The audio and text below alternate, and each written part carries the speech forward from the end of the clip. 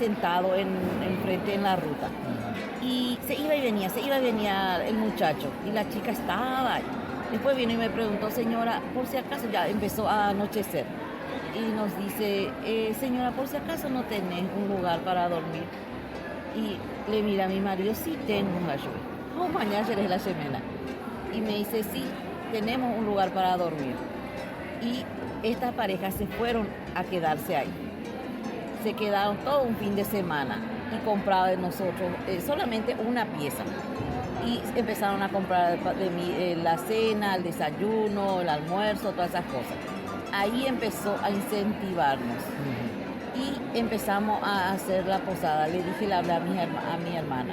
Tenemos otra hermana también que está en el exterior y ellos nos ayudaron económicamente también, pero nosotros pusimos el esfuerzo y empezamos a trabajar. Nuestra entrada a la posada empezó a arreglarse. Y le da fuente de trabajo a la gente fuente de trabajo a los que viven cerca de nuestra casa, ¿entendés? Para construir luego una casa. Empezamos a llamar a las jóvenes para que empiecen a trabajar allí, constructor, el que techa el capirí y toda esa gente, el que empieza y corta pasto, toda esa gente. Tengo una mente así abierta tengo, ¿entendés? A partir de... Hacer muchas cosas y más todavía, como dice la señora Luba, a nosotros lo que nos falta es más económicamente para poder hacer muchas cosas.